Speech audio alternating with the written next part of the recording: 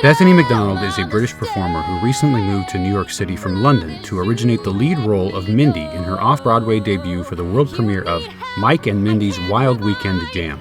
Bethany trained professionally for 4 years across Barcelona and London, graduating with honors from the world-renowned London School of Musical Theatre.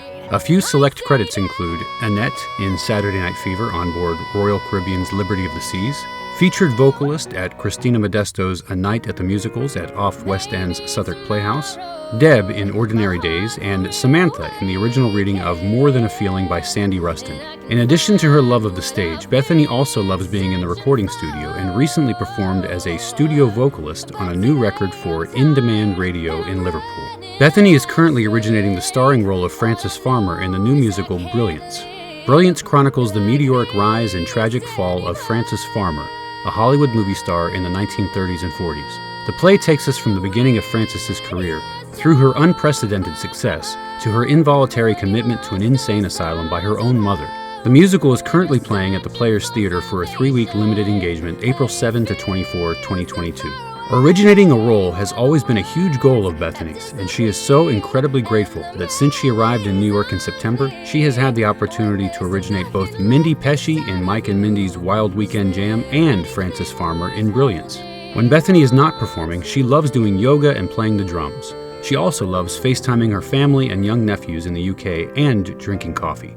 A lot of coffee. Bethany believes that life is an exciting adventure, and you will end up right where you are meant to be if you believe in yourself and take that leap of faith. What is meant to be will always find a way. For Brilliance tickets and info, visit musicalbrilliance.com. For more information on Bethany McDonald, visit her website, bethanymcdonald.co.uk. That's BETHANYMCDONALD.co.uk. Welcome, Bethany. Thank you. Thank you so much. So nice to have you here and be looking at your face even more. I know. So much time together. I know we do. We really do. Yeah. How are you? I am wonderful. I've, as I was sharing with you earlier, I had some makeup sleep and just a nice getting life stuff done and preparing for this show today. It's been great. Yeah. What about you? How's your day been? Good. I had a lie-in for once because we don't have the show today. I will say though, I know this sounds silly, but like I miss the show because we've been doing rehearsals since March 1st, and the most we've had off has been one day in between. That now it's like I'm ready to go back tomorrow now. I don't know. I just miss it already. It sounds really silly because I do need to sleep and I do need to do normal life things. But yeah, I've had a good day. I had like a vocal massage earlier today, where they like work out any tension and things, and just had a pretty low-key day today, resting, because we're back on Thursday, ready to go again. Yeah, and frequently that one day off that we would have between rehearsals, I was spending that day trying to get the dances down and the songs right. So yeah, you being the lead, I'm sure you were doing a lot of that as well. Yeah, I'd be doing my laundry, listening to the soundtrack, like in my head, doing my drying and dancing to the songs in the laundrette. So, yeah. Because you are also an artist, this is how you make your living, and we're interviewing you. This is an artist interview. I would like to know, when did art enter your life? Ooh. I think, well, I've always, since being a little girl, I was constantly singing. Like my granddad and my mum would always video me when I was about 2 years old and be like, sing us a song all the time. It was just a thing that I was always the one singing around the house. And when I was, I think I started musical theatre pretty late because I did gymnastics for about 10 years when I was younger. Instead of doing, musical theatre from being 5, I was a gymnast till I was about 13. And then I started going to musical theatre classes when I was about 14, just on the weekends, and just fell in love with all of it because I'd always danced, I'd always sang, and I wanted to be a singer. When I was younger, I wanted to be like a pop singer. And I always used to say, I want to be one of those pop singers like Cheryl Cole, like when I was younger, because she used to sing and dance in her concerts. And that was like, I want to do both. I don't want to just do one. So then when I discovered musical theatre, and it was like, oh, this is actually this is exactly what musical theatre is. You do all three at the same time, singing, dancing, and acting. I kind of just fell in love with it when I was about 14. And then when I went to private school, and it was a very academic school, we didn't really have a very good drama program or anything like that. So when I was 16, in England, you leave high school at 16, not 18. And you can go to college, which is like 2 years. And then at 18, you go to university, which is what you guys call college. So it's all very confusing. But when I was 16, I left my very academic school and I went to a theatre school for 2 years as college. And that's what I did full time. And as soon as I did that, I was like, this is all I want to do. I never want to go into a biology class ever again. I only want to sing, dance, and act. This is it.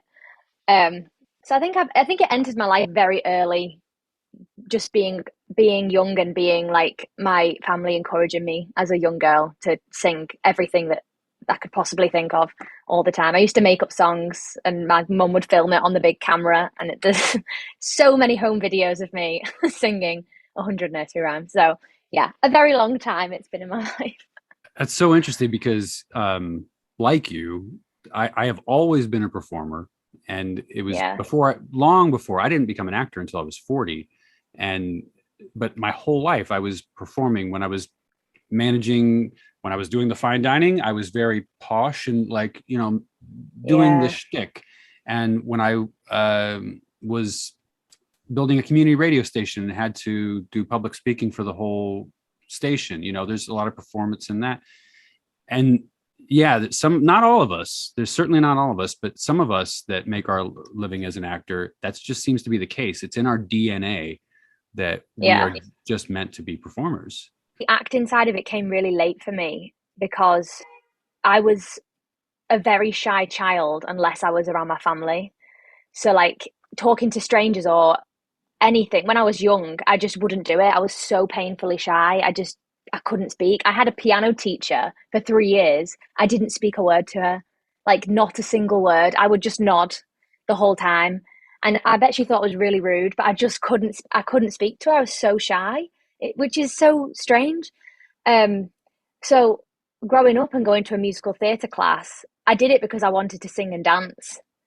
I didn't want to act. And when it got to the acting hour, I'd be like, oh, don't pick me, don't pick me.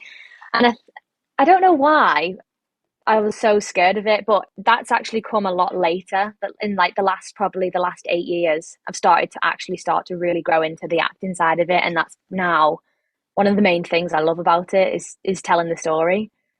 So you do feel passionate about gymnastics or exercise in some way, like extremely passionate, yes? Not extremely passionate. I mean, I'm trying to think of something other than performing. If I was going to do something else, it would be something to do with moving your body because I love dance so much and I love that. That's like, in my mind, the closest thing to performing is something to do with like exercise and like leading something. But to be honest, like, if I think about it, I am not a technical person. My boyfriend Austin is the technical one. So like if there's a reel to be made, I'm like, can you help? Because I can't do it.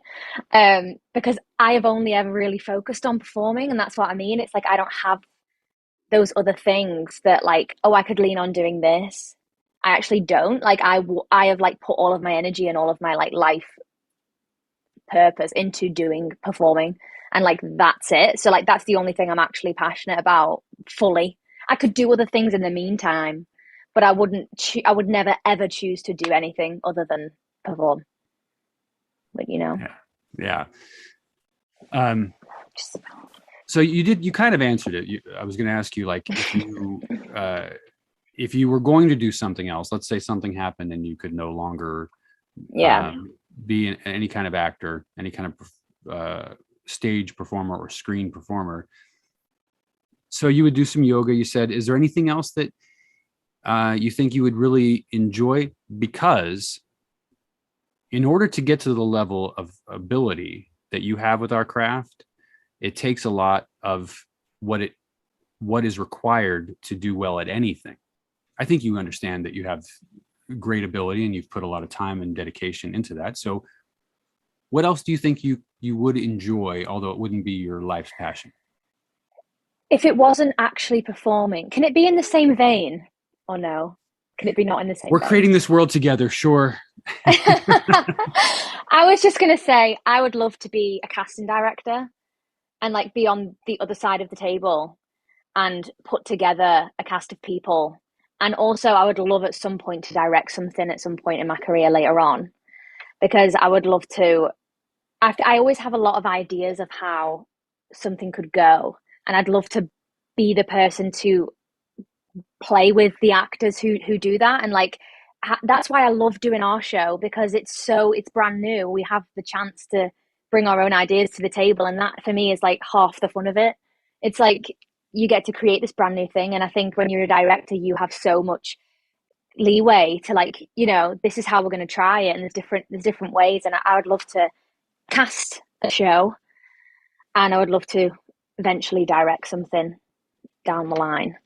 I have no good answers other than actually in this industry. I don't know. I'm not good. This is terrifying. And I would encourage you to lean into that terror to give you the inspiration you need to get off your butt if that becomes a thing. Yeah. Like, be afraid and make it happen, for sure. Yeah. So going back a little bit, you'd said early on with piano lessons you were completely mute. You didn't say a word. I was. Maybe not so mute, but very much. Quiet and shy. And it's interesting because in our industry, there are so many performers who we describe, or they describe themselves as extroverted introverts. They've learned to make themselves be more social and vocal. Yeah. Would you describe yourself that way? Oh yeah, I am a huge introvert, like humongously. And I think I've had to really work on pushing myself out of that box, because again, that's you can't be a full introvert and go and perform on stage for thousands of people. That's not how it works. Like usually introverts don't want to do that. They want to do the exact opposite. So I've always been the kind of person who, in me and my personal life, I'm quite an introvert. But then as soon as it goes on to performing, it's like I've left that person behind. And that's kind of been the same since I was younger. My family'd be like, "Oh my God, was that Bethany?" Like, 2 minutes ago she didn't ask for ketchup in McDonald's because she didn't want to bother anyone. But now she's like singing on stage in front of 100 people. It's weird. It's like there's me, and there's like my life, my personal life, Bethany McDonald. And then there's like, when we go to perform, this is a different ball game. And like, I think the hardest thing for me has been trying to marry the two, where when I was on a contract on board Liberty of the Seas, I went to do Saturday Night Fever, and I played Annette in Saturday Night Fever, and that was great, loved it. But as part of my contract, I had to do a jazz set for like a small lounge, an evening lounge. And they said, you need to introduce yourself to the crowd and tell them a bit about yourself and then go into your songs. And I was like, what? What do you mean? Like I had to be me, but on stage. And I was terrified. I was like, what am I going to say? I'm going to sound so stupid. And I was like trying to make it as literally as short as possible. It's like, hi, my name is Bethany McDonald. I'm from England. Let's 5, 6, 7. I was like, let's go. Like, can we not just start the music? It freaked me out, but I had a year of that. So that was like the chance to just start to marry the two and get over that fear. And now it's so different. I'm so grateful that was part of the contract, because I never would have chosen that. I would have done everything to run away from that. But the fact that I had to do it now, I'm starting to get better at the being me on stage thing rather than being a character. Like that's the hardest bit for me as an introvert, is to be myself, but on stage, Yeah. Did you ever have any kind of improv training, or was that experience kind of your only chance at exploring improvisational riffing? We had improv in theatre school, but it was usually like really over the top improv. It was like, we're going to be like it was kind of like clown stuff, like mimey things, or, playing games, improv games of, someone sits on the bench and then you go up to them and try and get them to go off the bench. You try and get them to move by doing something to freak them out. And it wasn't really like normal life improv. It was kind of like specific scenes. So I feel like if someone was to say improvise, you know, I don't have that much training in that. But now, being me at my age and like at this time in my life, now I would be a lot more able to do that than I would even just a year ago. I just feel a lot more settled in like it's all going to be okay. No one's going to shoot you because you said your name on stage. Like it's going to be fine, you know? So yeah, I did have a little bit of a training, but it wasn't very specific to general improv. And yeah, Sure. But invaluable, it sounds like nonetheless. yeah, Yeah, I'm sure between the first time that you had to do that jazz cabaret thing to the last one before you left the boat, you probably were two different performers. completely. I've got a man that's always late. Anytime we have a date, but I love him. Yes, I love him. And I'm gonna walk up to his gate and see if we can get it straight. Cause I want him. And I'm gonna have him. I actually have like a video of the last one, and I was like cracking jokes and everything at the front. And I look back at it and I'm like, oh my gosh, I remember having like freaking out in my cabin 10 minutes before the first jazz set, thinking, what am I going to say? What if I say it wrong? And at the end, I was just like joking with the audience and people were talking back to me. And it was like, that's huge. Like for me, that was one of the main things I gained from that whole contract that I got to do. I was able to do that at the end of it. And for how shy I am, like deep down inside, that was like a massive achievement, you know? Yeah. So going back to you at the age where you were shying on the piano, how did you go from there to formal education to New York? I am one of four children. I am the third out of four. So me and my little sister stuck together our whole childhood. We were really close in age, so we'd always have each other. Um, so I think us separate from each other was immediately felt like we were a bit naked because we were like, we kind of grew up like twins. So anytime that we had to do something alone, it was a little bit like, where's my bud? Like, where's my friend? We were just so together all the time. And I think that kind of played into it when we were in different age groups and we had to be separate. It used to scare me when I was a little girl. But then we went into gymnastics, we went into cheerleading, and we went into dance together. We did it all together, and I really fell in love with it. Like I said, when I was a teenager, and I met my best friend when I was 14 at a theatre class, and we went to college together. And I feel like that was like when we went to college, it was the first time I was in a class with boys when I was 16, because I was in an all girls private school till being 16. So it was like that was a whole new thing. How to like communicate with people who aren't girls, like that was weird. It was like I feel like I had a very sheltered upbringing. My whole like training was very different to most people's. In England, you do a degree course and it's 3 years, and I trained for 4 years, but at four different institutions. Um, I started a degree course when I was 18 at the Institute of the Arts Barcelona in Barcelona.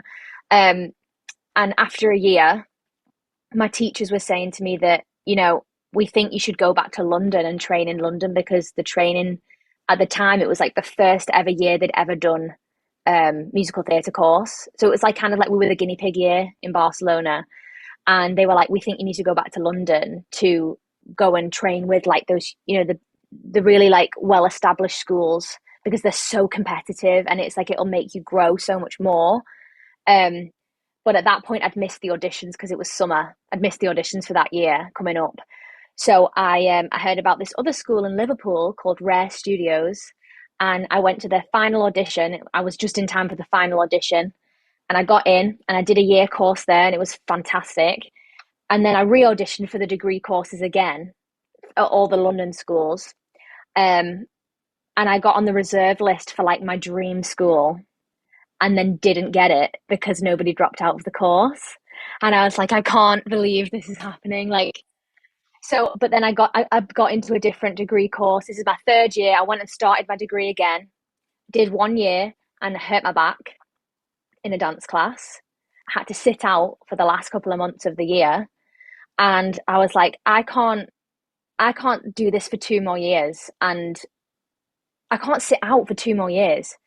I need to go and learn. I need to go to an acting school and a singing school, somewhere that like, basically it was a very dance heavy school, this college. And it's a great school, but like it made me realize how much I want to sing and act. I don't want to just dance. So at the end of the year, after sitting out for a few months, after really hurting my back, I left with like no plan when I was 21. And I was like, okay, now I'm panicked. I've had like 3 years of training, and if I'd stayed in Barcelona, I'd be graduating now with a degree.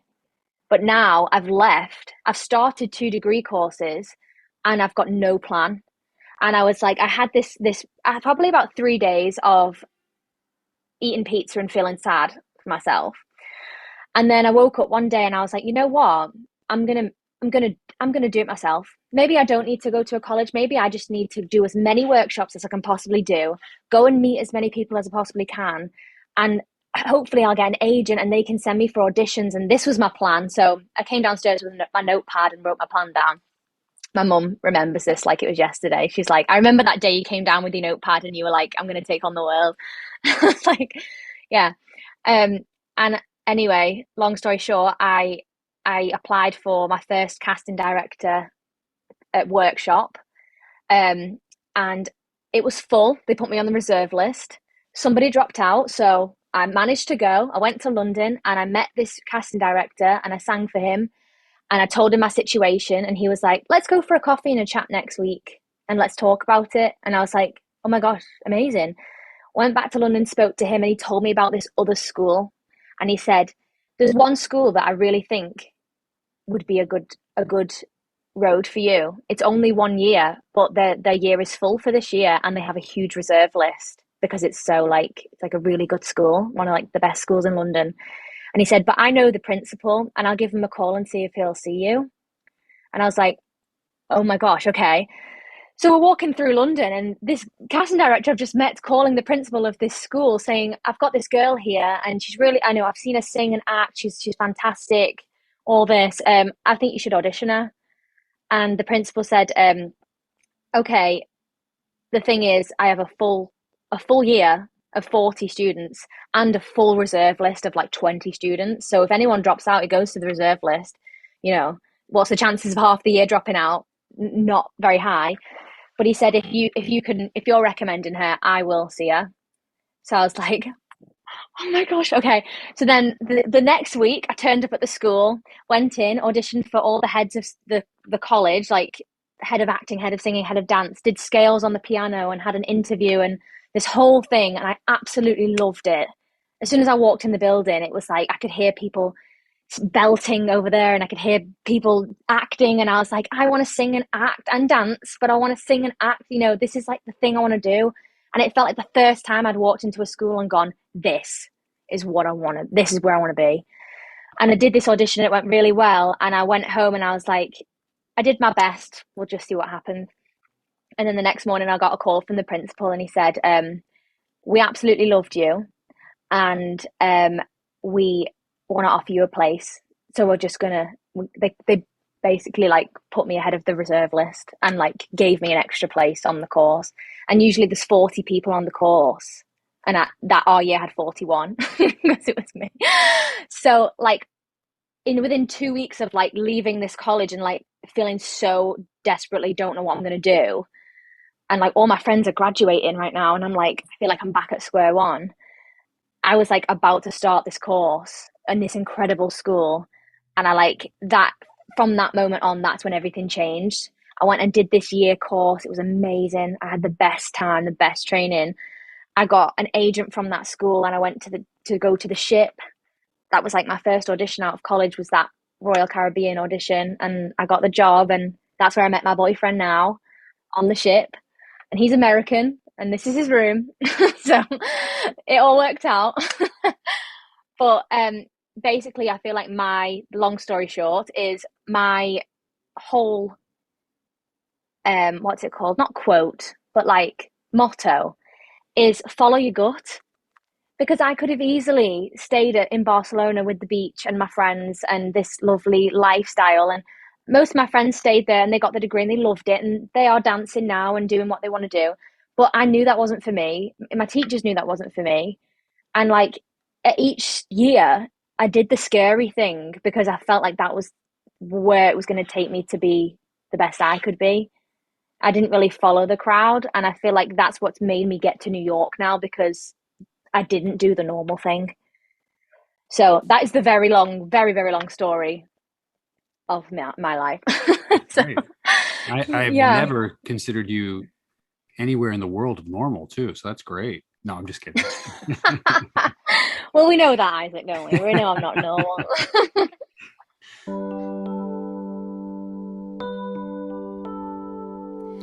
Where there is love, there is no doubt. When we let our hearts decide how something will turn out, constant as the northern star, certain as tomorrow comes. No matter what tomorrow brings, anything is possible.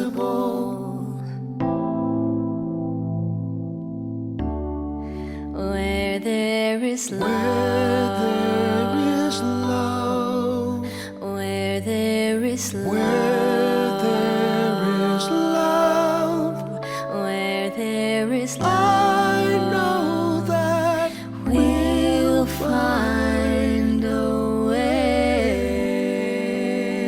So I do want to know like what your experience was like in Spain. And you know, perhaps your focus was entirely on academia or your training, but then also because you spent almost all of your life to this point in England, has everything outside of England just been like mind-blowing, eye-opening? What's that been like as a Brit not in your homeland, and what was Spain like? Spain was incredible. It was the first time I ever moved away from home and I moved to Spain. My mum was heartbroken. She nearly didn't let me go. No, it was probably the thing that changed me the most from being a child to being an adult, because I learned, how to cook a meal properly. I got there and I met a girl the first night and she told me how to cook the pasta on the stove that I didn't understand. And like, it was things that like you wouldn't think about because you're at home, and it's like just going from being at home and being like looked after by your mom and your family and things, and then going and being completely alone and having to go to the laundrette with your washing and going to the shops and buying all your food and cooking your meals and things like that. And I remember I went in September and I came home for Christmas in December, and my mum said, "You are so different."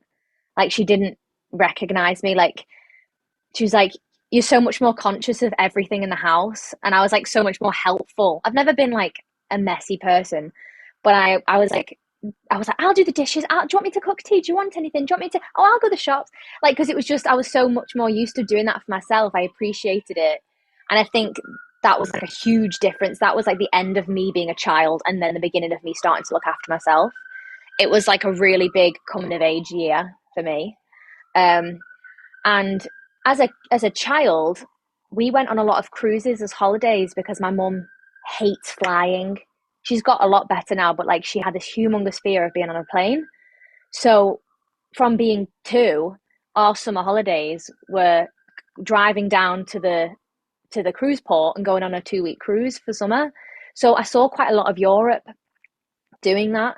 So when I went to Spain, it didn't feel like this alternate universe. It felt like, oh, I know what this is like. I remember this. This feels like when we're on holiday. It felt kind of like a second home in a way. It was very different, but it wasn't terrifying. And then I think for me, the thing that feels the most foreign is New York. New York is like the most foreign thing. I came here for 4 days in college and I genuinely thought I'd stepped on another planet. Like I looked up and I was like, what?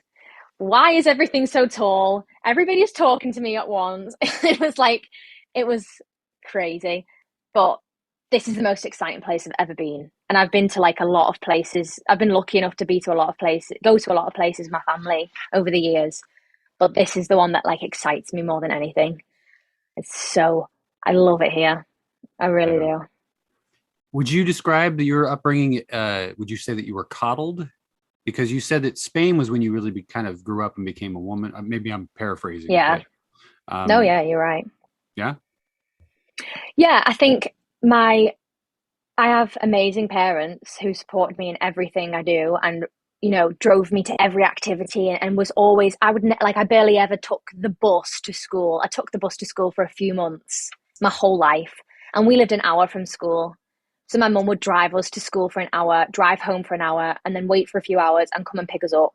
She would be like there every single day to everything. We could lean on her for everything. So we were very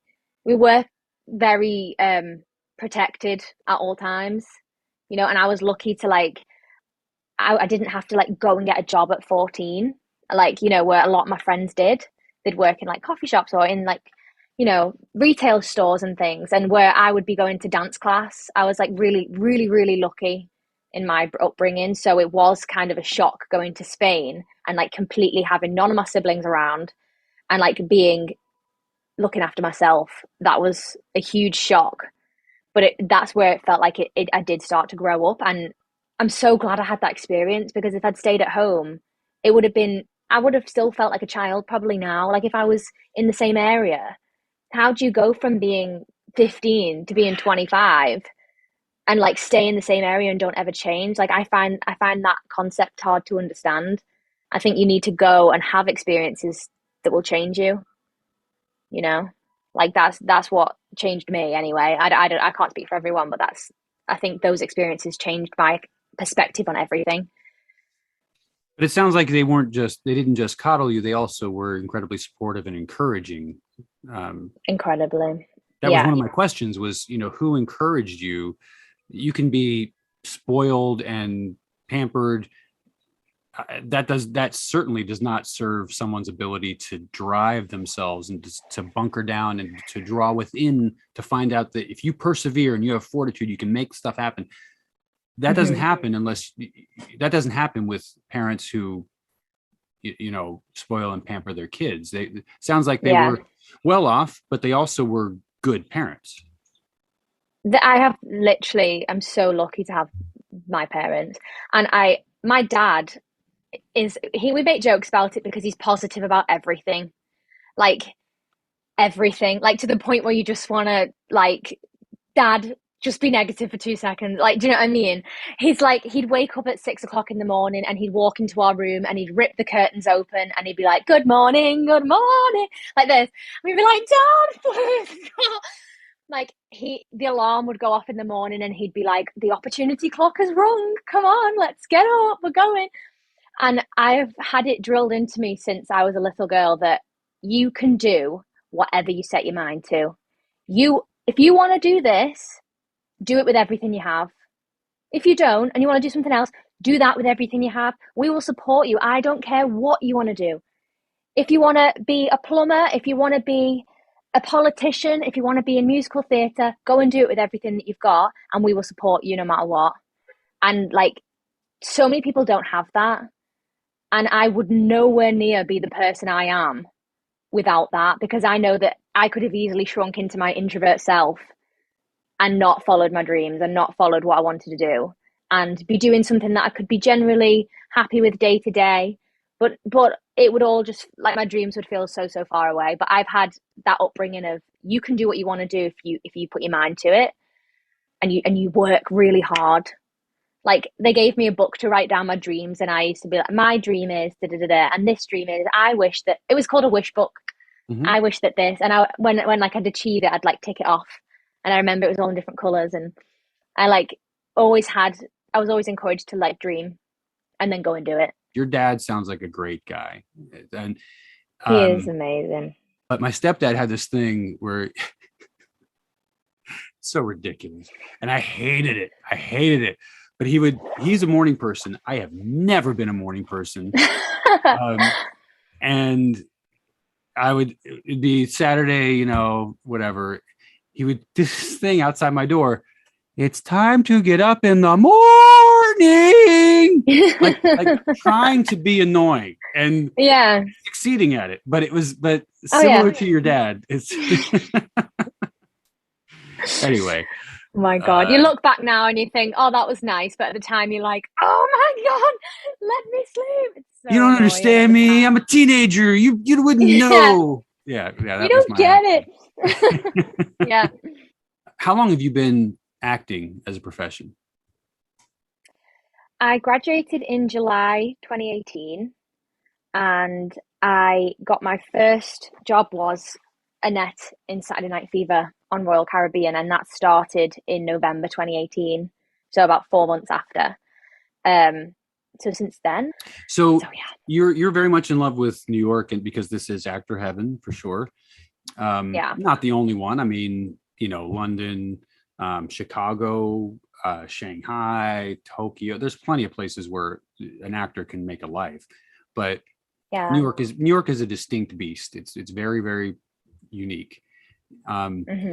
So are you still just, as you should be? I mean, I still am. I've been here 5 years doing this, but are you still just kind of in a honeymoon, like love this place phase? I guess, or do you envision your performing life after New York at some point? I kind of a little bit of both. I feel like I've been here now for 6 months. And so I'm definitely still in the honeymoon phase of like, I've seen probably 1% of the city, and I love it. But I really do have started to feel like I'm finding my own here. And I've started to feel more comfortable in getting around and knowing where I'm going and feeling okay walking on my own, which is a big thing for me because I've always been just scared to be alone at night walking on my own. It scares me. It always has.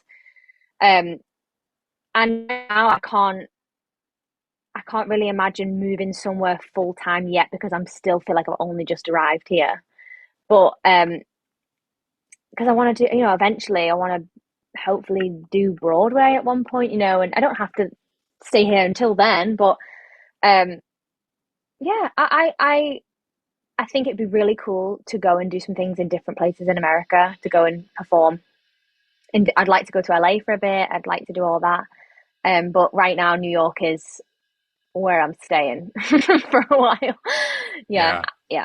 You fall more in love with it. As someone just, for simplicity's sake, someone who's just been here doing this a little bit longer than you have, the longer you're here, your network just continues to grow, and you get to a point where you go, wow, this place used to be intimidating just walking down the sidewalk, and now this is just home. Like I am so comfortable in this world now. Yeah, that's not what most people experience ever. But you're certainly good. You're certainly going to get there. I mean, and I feel like, when I went to Spain, I felt already slightly comfortable with it. I've been to London and it was like, well, this is, it's England. It's just a big city. I feel comfortable here. But when I got here, the first day I got here, I was trying to cross the road, which, by the way, is very different to the UK because it's like one light's on red and then cars are still turning. And it's like, well, I'm going to die. Like, it was terrifying. I tried to cross a road that was like this and everything was huge and everyone was beeping. And I was like, this is literally Jupiter. I was like, where am I? Like, it just felt like no rules applied. And I don't know, I just kind of was the least familiar I've ever been in a place. And it took me like 3 weeks to feel like I could cross the road alone, like, which sounds ridiculous, but it was like the biggest learning curve of being in a new place. I didn't expect it because I've been around, like I've been to quite a few countries. I did not expect to feel. I've been to Miami for 2.5 months, rehearsing for Royal Caribbean. So I was like, I didn't expect it to feel so huge and so different, but it does. New York's its own beast, and I was like, it's intimidating. So it's taken me a few good months to feel like I can survive a day alone here, you know. But I think that's Yeah. the best thing. I would hate to go to a place that's like, oh, totally comfortable, day one. Like, in my eyes, I'm like, what's the point? I'd rather go to the place that's like a bit terrifying because then it's like something new is going to happen.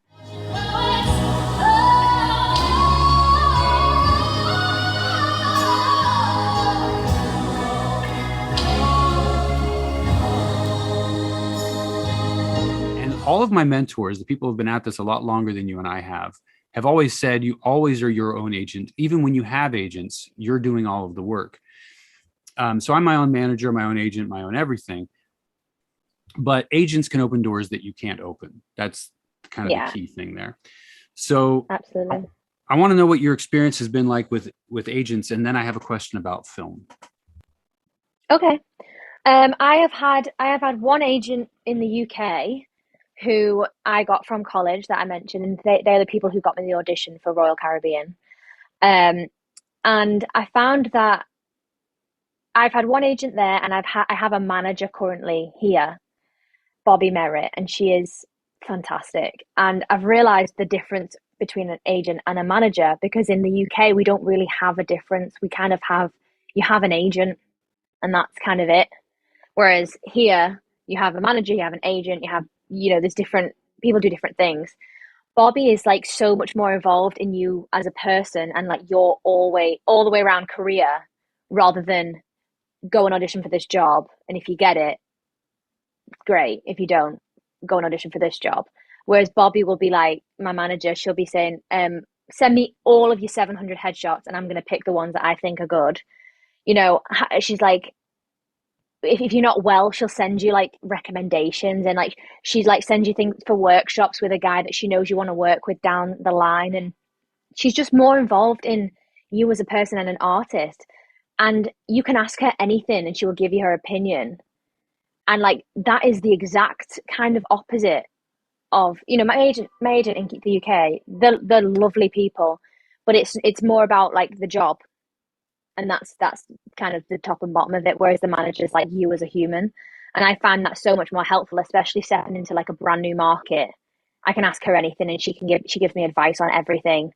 And like I at this point in my career anyway, much prefer having a manager over an agent, because it's more of like a guide as well, especially because I'm not as used to this market as I was the UK. I feel like I have a point of reference to ask questions and to get genuine like experience feedback. I can ask my mum all I like, but she won't know. I mean, like I can ask Bobby, and she's had 25 years experience, and she's got loads of clients who've been on Broadway, and she knows, and she cares so deeply about you as a person. So like, I am so lucky to have her here, and I would rather having a manager than an agent now. You referenced film or screen earlier on. So is that just kind of like an uncharted territory thing for you? You'd like to explore that? Yeah, for sure. I've always been really interested in doing TV acting. I need to on my list for the next few months is try and get like a TV reel, because obviously I want to go and audition for things, but people want to see something of you on screen. I have a million things on stage, lots of videos, but on screen it's different. And I think as I started getting into acting, from hating it to like now, it was a very slow and like subtle shift into slowly getting into it. And I've been told all the way through that journey, you'd be great on film because you're doing it very subtle. You're not, but for theatre, you need to reach the back wall. So bigger, bigger, bigger. So like my natural is a lot more subtle and a lot more, you need to be here to see what I'm thinking, So I've been told a lot, you would be good on screen, but I've just never explored it yet. And I really would love to.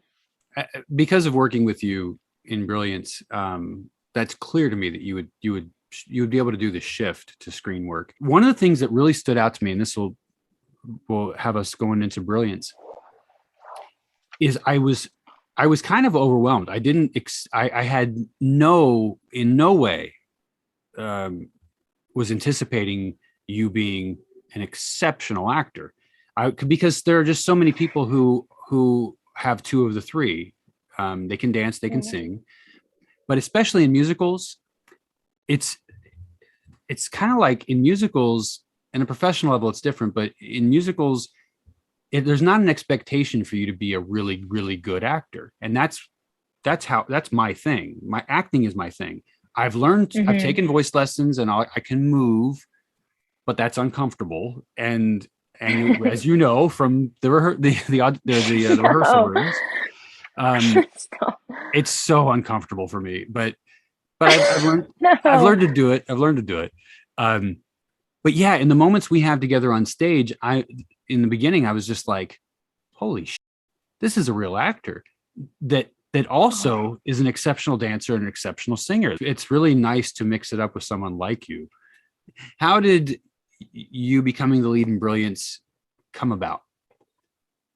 So I came to New York to do a show called Mike and Mindy's Wild Weekend Jam at the Playhouse Theatre in November. And it was a 3-week rehearsal process, 3 weeks of shows. And after one of the shows, an audience member came up to me and introduced himself as Lance Lumen. And this is my son, Gabriel Kane. And we loved the show. We have a show. We've written a musical called Brilliance. And he started telling me about it. He said, you know Frances Farmer? And I was like, I think I know the name. Why do I know that name? And he started telling me about it. And I was like, I'm not sure if I do know her.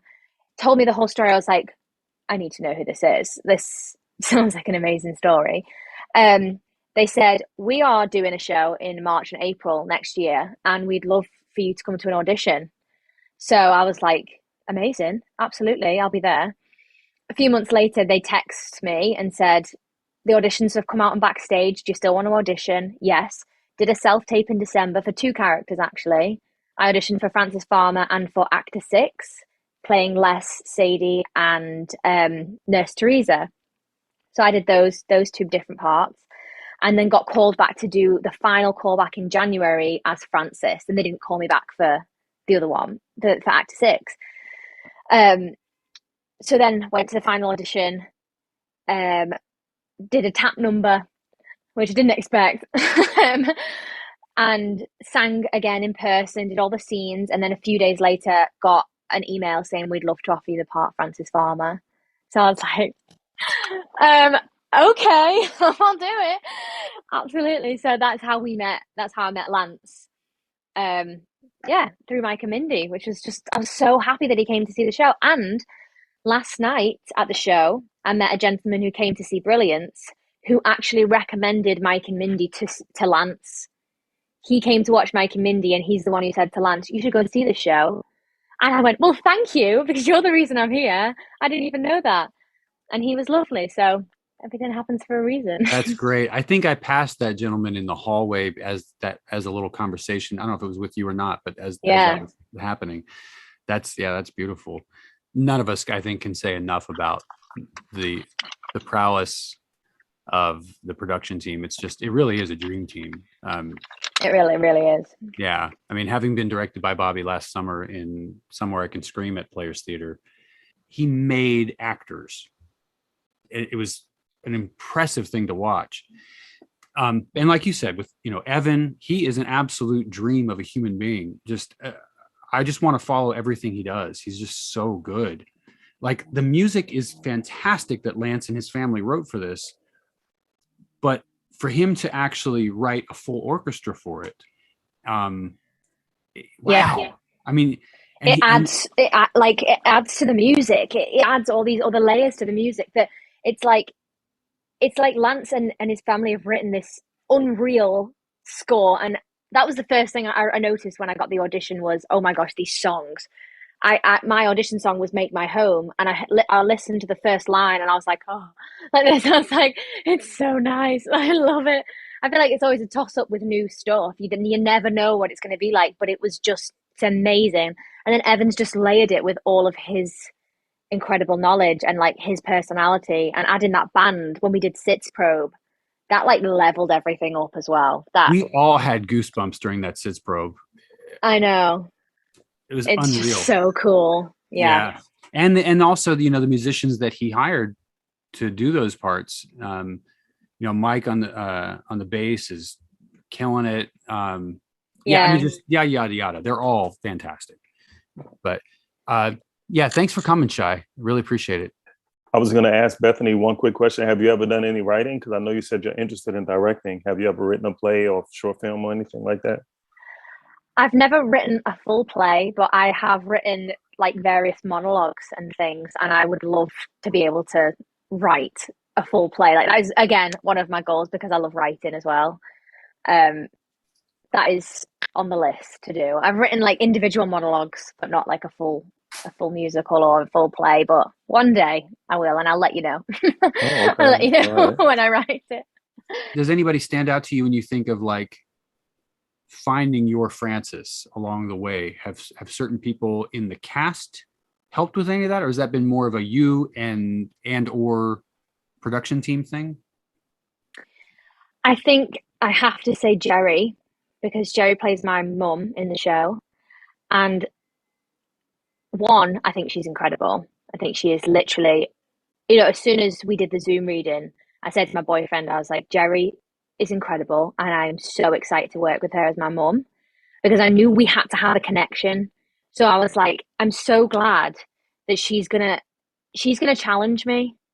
Like, and we're gonna play off each other, and like we're both gonna be like, I'm so glad she's one of those people who wants to find a reason for everything, and then she finds it, or she'll talk to Lance about it, and she'll be saying, I don't know why we're saying this. I think maybe this is a good idea, and then Lance will be like, what? He's very gracious with that. Like, if one of us says, I don't think this line fits well with the way that I'm doing it, is there a way that we could do it, change the line? He's like, absolutely, what's your idea? And he asks, he helps, he lets you put your ideas in.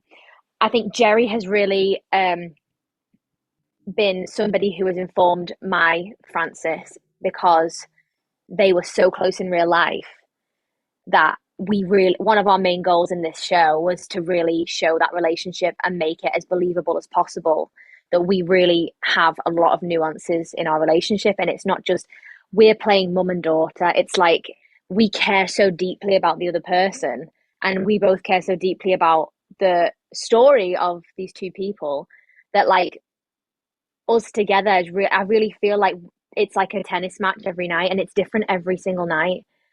And I've worked with a lot of people who, and this is just the way they work, but they do it the same every single night, no matter what, because that's their show and that's the way that works. And this is how it goes. And that's perfectly fine if that's the way that you work. And I've learned the last few years, like doing some Meisner training and things with Ted Wald Studios here, who is incredible, by the way. Ted Wald, absolutely love him. And Jerry does Meisner as well. And it's all about, you only play off what the other actor gives you. You don't just, because if you're in autopilot, what's the point? Like, in my eyes, I just feel like that's not playing. That's not like being alive on stage. If something goes wrong, what on earth's going to happen? Because well, that's not what happens. Like, this is what happens in the show. And if something goes wrong, what do I do? You have to be like alive on the stage. And she's so alive. And it pushes me to want to do more and be better and rise to her level, and I think she has really influenced the way that I play Frances, and the relationship between us, I feel, gets stronger as the shows go on, because our relationship as actors gets stronger. We've spent time outside of the show just getting coffee together, and we take the train home together every night, and we talk about our lives and things. And I think having that kind of actor to work with, as somebody who is like playing your mom on stage, who are meant to be like care so deeply about each other, has really informed the way that we play the show. What was your process like finding your Frances?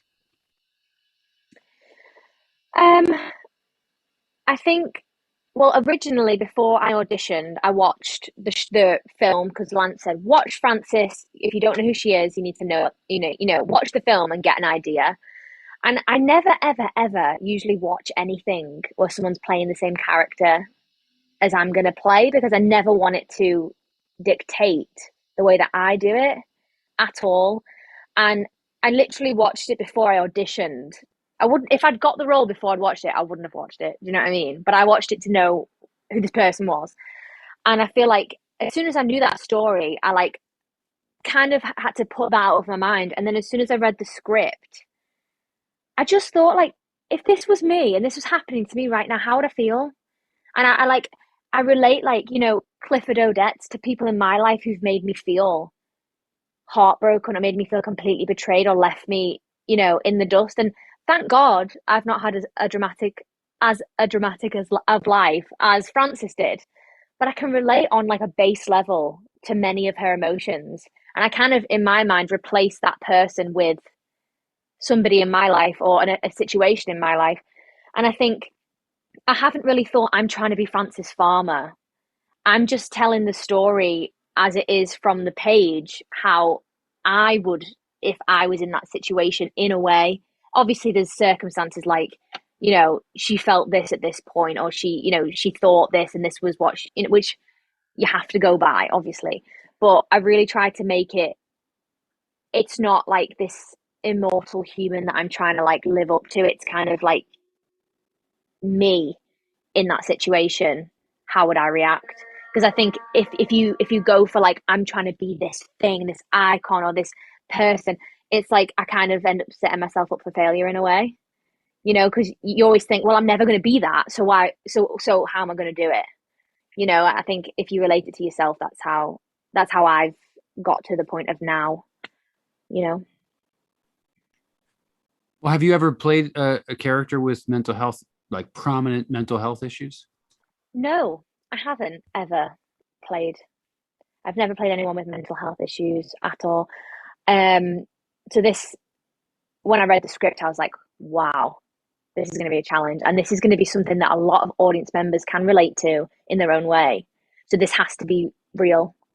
This can't be something that you've seen somewhere done and you're trying to imitate something.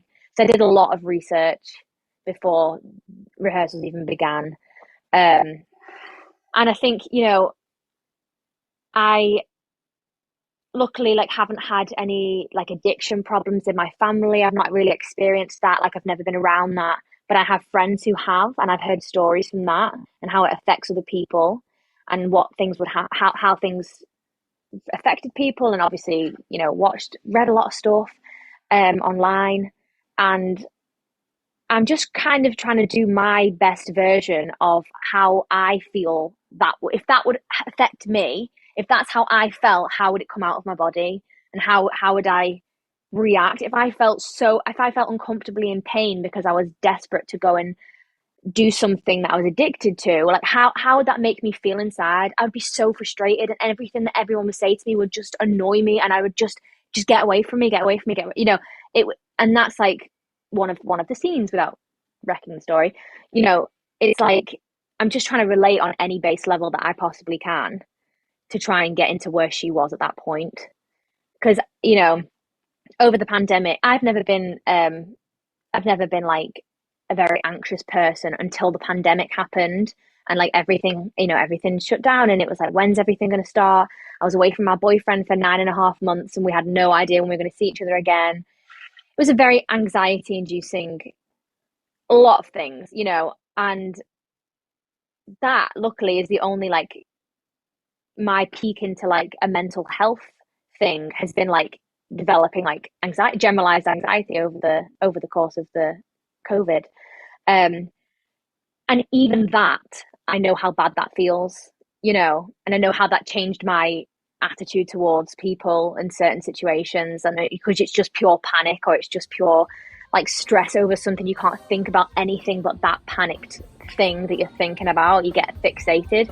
And I think if someone was addicted, it'd be that, but towards that thing, and it'd be, you know, I can't relate because I haven't had it, but I can relate in my own way, and I can try and replace it and do it from where I would really feel that feeling. Thank you again for your time. I really do appreciate it, and it's been lovely getting to know you. It's been lovely. Thank you so much, and I'll see you on Thursday. Okay. Night. Bye. Night.